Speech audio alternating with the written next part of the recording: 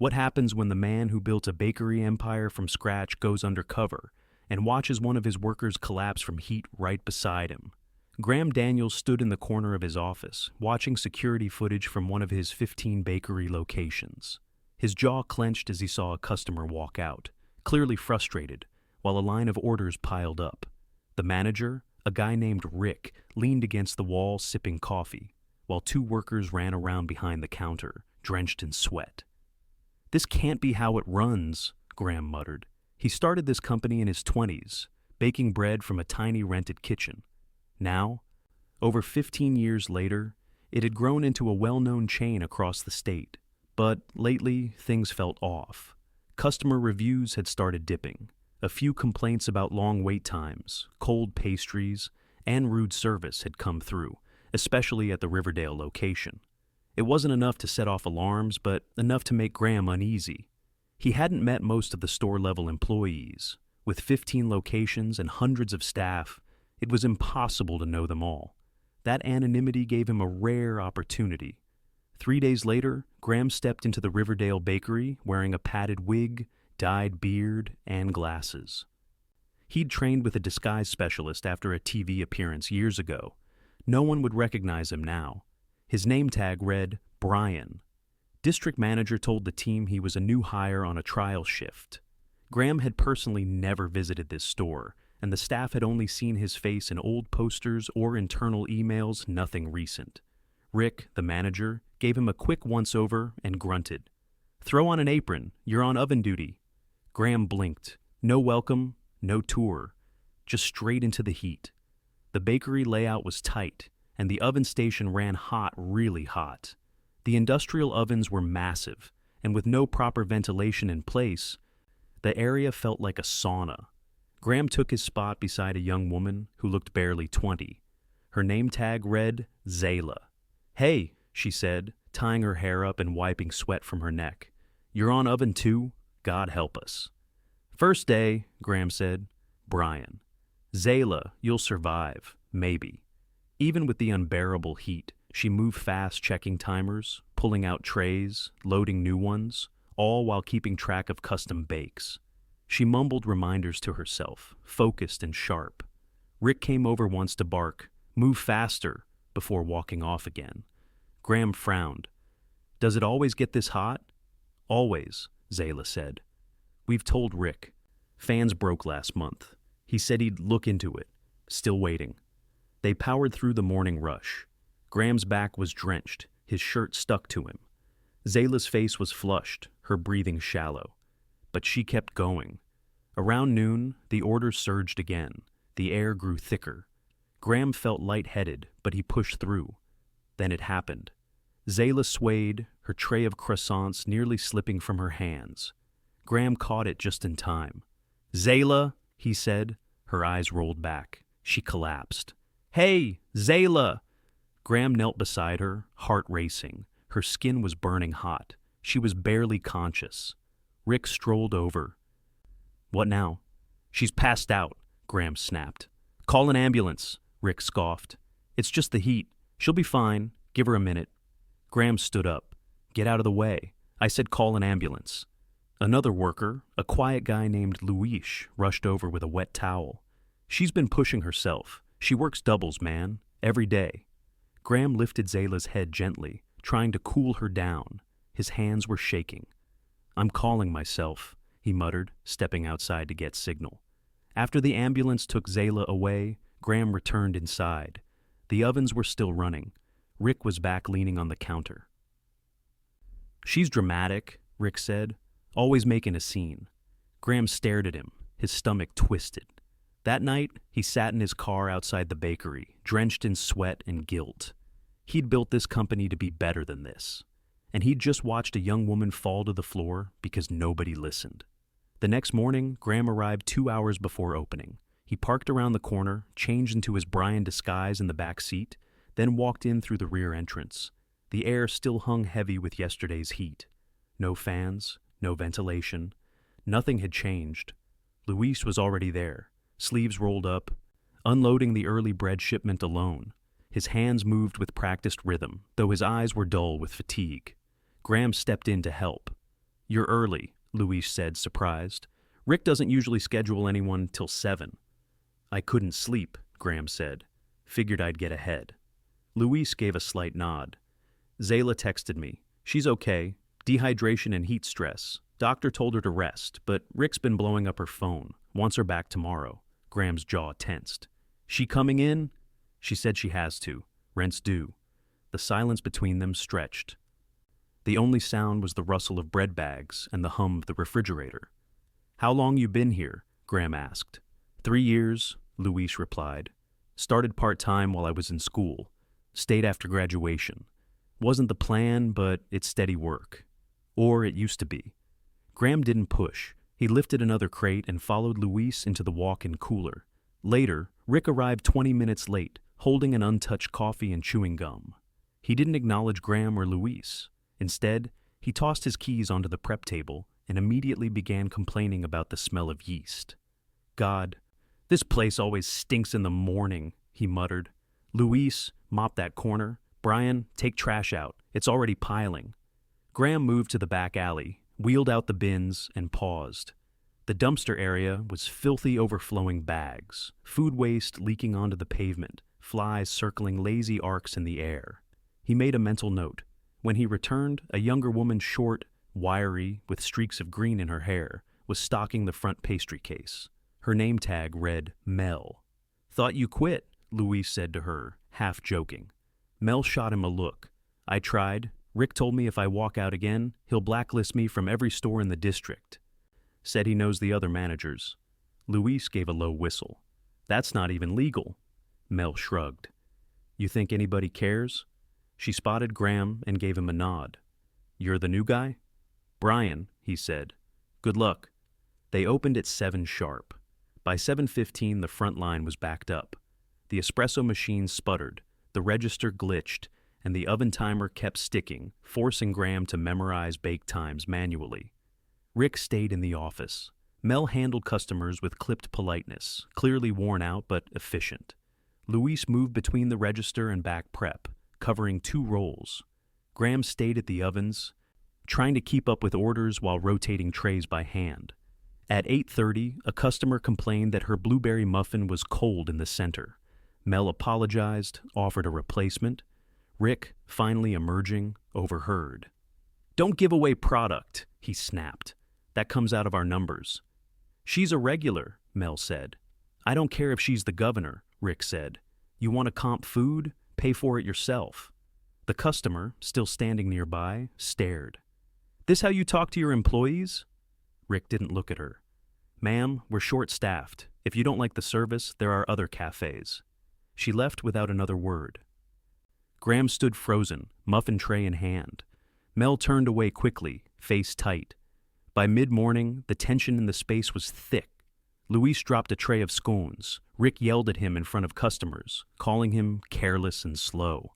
Luis didn't argue, just bent down and quietly picked up the pieces. Graham couldn't take it. He approached Rick near the kitchen door. Can I ask something? Rick didn't look up from his phone. What? Why are we this short-handed? Isn't there a second shift? Rick scoffed. They all quit. Millennials can't handle real work. I'm not hiring more just to have them flake in a week. Graham studied him. You think maybe it's not them? Rick looked up. Excuse me? Never mind, Graham said, walking away. At noon, a tall man in a tailored jacket stepped in. He looked out of place among the flour-dusted counters and sweating employees. He introduced himself as Jordan, a regional compliance officer doing a spot check. Rick's demeanor shifted instantly, shoulders straightening, voice suddenly polite. This is the cleanest store in the district, he said. Jordan raised an eyebrow. You've got a clogged floor drain, expired dairy in the fridge, and your fire extinguisher inspection is 6 months overdue. Rick stammered. Must have been a mix-up. I'll get on that today. Jordan noted something on his clipboard. Also had a complaint about heat conditions from a customer yesterday. Said an employee collapsed on shift. Rick waved it off. She's dramatic, overexerted herself. Is that the official report? Jordan asked, pen poised. Rick hesitated. She's fine now. It won't happen again. Jordan nodded slowly. It better not. Later, when the rush died down, Mel sat on an overturned crate by the back door, sipping water. Graham joined her. "You ever think about quitting for good?" he asked. "Every day," she said. "But I've got my brother living with me. He's 16. I don't have time to job hunt." "What would you do if you could?" She blinked. "That's a weird question. Humor me." Mel leaned back against the wall. "I'd open a food truck, vegan pastries. I've got recipes, just no money." "You should write them down anyway," Graham said. "Even if it's not now." She looked at him. "Why are you being nice?" He shrugged. "Why not?" She studied him a moment. "You don't talk like a new hire." Before Graham could answer, Rick shouted from the front, "Brian, trash again!" Graham stood. "Be right there." By 4, Graham's hands were aching and his shirt was stiff with dried sweat. The ovens were still too hot. The fans still silent. The team was running on muscle memory and caffeine. As he clocked out, Luis passed him a small folded note. "Zayla asked me to give you this." It was a thank you, a short message scribbled in rushed handwriting. She said she was sorry for causing a scene, that no one had ever made Rick listen before, that she hoped he wasn't in trouble for helping. Graham stared at the note for a long time. On his way out, he passed the office. Rick was laughing on the phone, feet on the desk. Graham knocked once. "Can I talk to you?" Rick didn't look up. "Make it fast." "I don't think you get how serious yesterday was." Rick rolled his eyes. "Look, Brian, I've been running this place for 5 years. You think I haven't seen people faint before? It happens. You're soft. Maybe this isn't the gig for you." Graham stepped inside, shut the door, and locked it. Rick looked up sharply. "What the hell are you?" Graham pulled the wig off, then the glasses, then the beard. Rick's mouth opened, but no sound came out. "I'm Graham Daniels," he said evenly. "Founder, CEO, and you're done." Rick's face lost all color. He stood slowly, eyes fixed on Graham like he wasn't sure if this was real. You can't just walk in here like." "I can," Graham said, "and I just did." He stepped closer, his voice low but steady. "I watched you ignore a medical emergency. You downplayed it to compliance. You threatened a worker for giving decent customer service, and you've created a culture where people are scared to speak." "That's not true," Rick said quickly. "This team, they're lazy. They make mistakes. I've been holding it together with duct tape since your regional team cut our budget." "No," Graham said. "You've been holding it together by grinding people down until they break." Rick looked around like someone might come to his defense. No one did. "You're not staying," Graham said. "Effective immediately. Hand over your keys." "You can't just fire me without 'I can,'" Graham said. "And I have 15 legal reasons why, starting with falsifying safety reports and violating labor guidelines." Rick hesitated, then reached into his pocket and dropped the keys on the desk, hand trembling. "You're making a mistake," he muttered. "No," Graham said. "I'm fixing one." He opened the office door. Luis was standing nearby, eyes wide. Graham nodded once. "Call Mel and Zayla. I need the whole team here after close." By the time Graham returned that evening, the store had shut down. The front lights were off, the ovens quiet.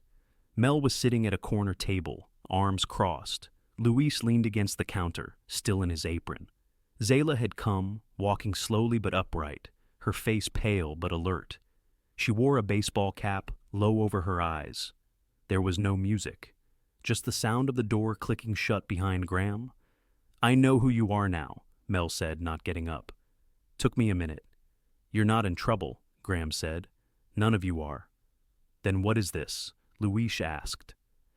"A reset," Graham said. He looked around the room. No one interrupted.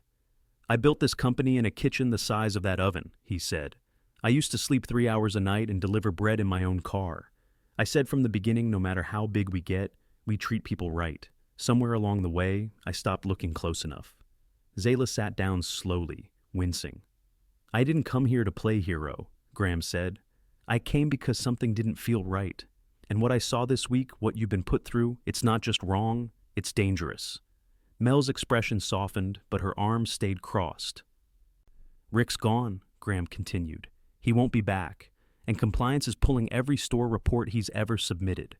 Any retaliation he's threatened you with? Irrelevant now." Zayla looked up. What about the fans? They'll be replaced this week, Graham said. And not with cheap box fans. We're installing ducted ventilation, not just here company-wide. Luis let out a breath, almost like he hadn't realized he was holding it. I'm not saying it's fixed, Graham said, but it's going to be different, starting now. Mel finally uncrossed her arms. You doing this at every store? Yes, Graham said. Starting with the ones that have the highest turnover and lowest morale. You're not the only team hurting. Zayla leaned forward. What about us? Today? Tomorrow? Are we getting help? Graham nodded. Temporary workers are coming in, 2 per shift until we can hire properly. You'll get weekends off, and no one's doing doubles unless they ask for it. Luis looked at him. What if the new hires get treated the same? They won't, Graham said. We're restructuring management. From now on, all hiring managers will be evaluated by employee feedback. Anonymous, every quarter. If the scores drop, they're pulled from the floor. Mel blinked. That's not nothing. It's the start, Graham said. Then he reached into his jacket and pulled out 3 envelopes. These are for you. He handed one to each of them. Zayla opened hers first. Her fingers trembled slightly. Inside was a check and a typed letter. She read it, eyes widening. I don't need this, she said quietly. You earned it, Graham said. Hospital bills, missed shifts, and hazard pay. It's not a favor. It's overdue. Luis opened his. You're giving me a bonus? No, Graham said. I'm correcting your pay. You've been doing the work of 2 people for 6 months. I checked the shift logs. You haven't taken a real break in weeks. Mel stared at her envelope, then opened it slowly. Her eyes scanned the letter, then stopped. This is a business grant? You said you had recipes, Graham said. Go build something with them. Doesn't have to be now, but when you're ready. She looked up at him for the first time without suspicion. Why are you doing this? Because I forgot what it meant to be on that side of the counter, Graham said. And because you reminded me. No one spoke for a moment. The weight of the past week lingered in the air, heavy but shifting. Graham looked at them. I'm not asking you to trust me right away. I just need you to hold me accountable. Zayla smiled faintly. That we can do. Mel stood, rubbing the back of her neck. I'll come in tomorrow, but I'm not working an extra shift. You won't need to, Graham said. Luis gave a nod. Guess I'll clean the cooler with the temp guy. That'll feel weird. Maybe weird's what we need, Graham said. He turned to leave, then paused. One last thing. If anything like this ever happens again anywhere in the company, I want to hear it. Directly. No channels, no filters. Zayla raised an eyebrow. You giving us your number? I'm giving you my word, Graham said. And a direct line. He pulled a small card from his pocket and set it on the table. It had his personal email and office extension. No titles, no logos. That's for all of you, he said. Use it. He stepped out into the cool night air, the bakery silent behind him. The scent of flour still hung in his clothes, and for the first time in years, it didn't feel distant. It felt like home. As he walked to his car, Graham pulled out his phone and started a message to HR. Tomorrow, he was visiting the next store.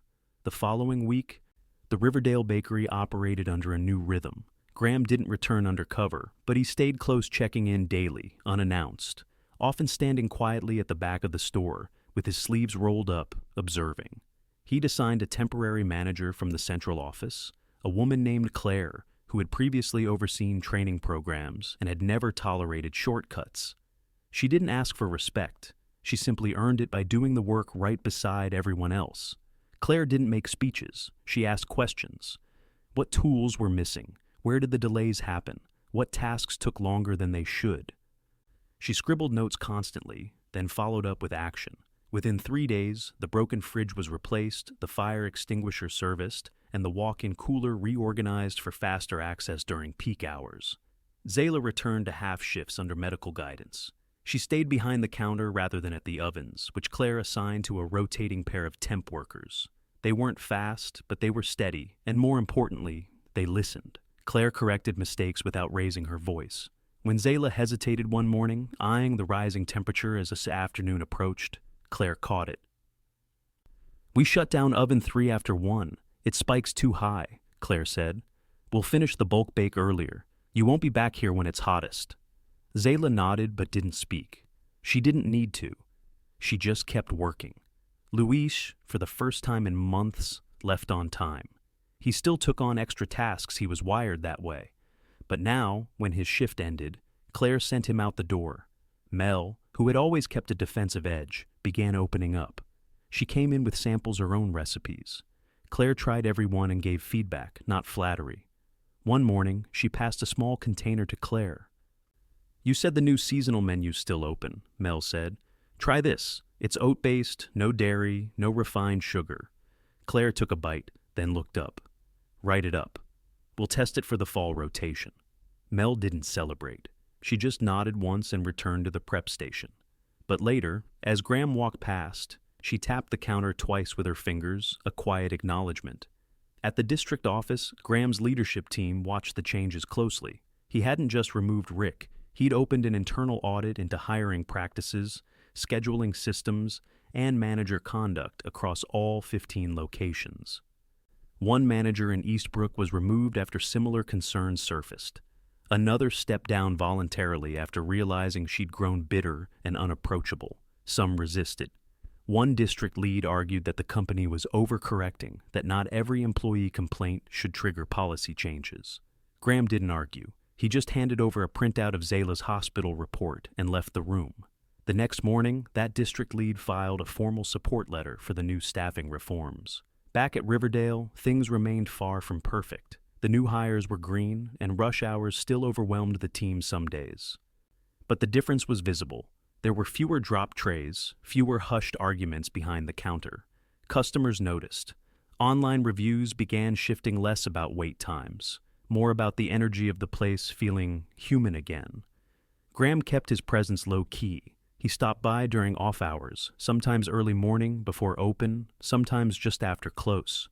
One evening, he found Zayla sitting outside on the curb, sipping water, her apron folded on her lap. He sat down beside her, not saying anything at first. "I thought you were just going to disappear," she said eventually. "I almost did," he admitted. "It was tempting." "Let someone else clean it up." She glanced at him. "But you didn't." "No," he said. "Because I watched you hit the floor and realized I'd let that happen. That's not something you walk away from." She looked ahead at the darkened storefront. "It's better now. Still hard. Just not hopeless." "That's all I wanted to hear." She stood slowly, stretching her back. "Don't forget how this happened," she said. "It wasn't just Rick. It was everyone above him looking the other way." "I won't," Graham said. She nodded once, then walked to her bike and rode off. The following week, Mel's pastry made it onto the seasonal menu across 3 test locations. It sold out daily. Claire assigned her to oversee daily specials, not as a promotion, but as a recognition of skill. Mel didn't ask for more pay, she asked for an equipment budget. She got it. Luis approached Graham one morning near the storage room. "You planning to visit the North Side location?" he asked. "Next week," Graham said.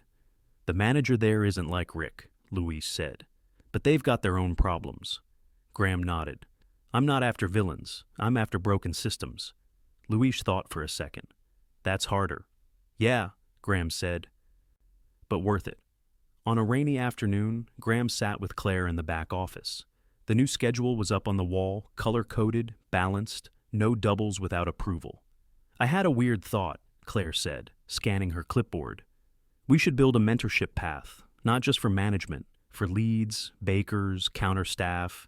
Give them something to reach toward that doesn't mean losing touch with the floor." "You think they'd go for it?" "Mel would, Luis too, Zayla eventually." "Draft it," Graham said. "We'll pilot it here first." He stood, then paused. "You want to run Riverdale permanently?" Claire didn't answer right away. "Only if I can pick my assistant." "You've got it." She flipped the page on her clipboard. "Then we've got work to do." Graham walked through the kitchen one last time that day. The space still smelled of flour and yeast, but now it carried something else: attention. Things were where they belonged. People moved with rhythm, not panic. As he stepped outside, he passed a delivery driver unloading crates. The man tipped his chin in greeting. Graham returned it. No one stopped him to ask what he was doing there. He wasn't in disguise, but It didn't matter now. He didn't need a costume to see clearly. He only needed to keep showing up. At headquarters the next morning, he canceled 2 meetings and drafted a new policy for store safety tracking with weekly reporting, anonymous escalation paths, and direct oversight from his office. He didn't delegate it. He sent it himself. He knew this wouldn't fix everything, but it was a start, and this time he wasn't looking away.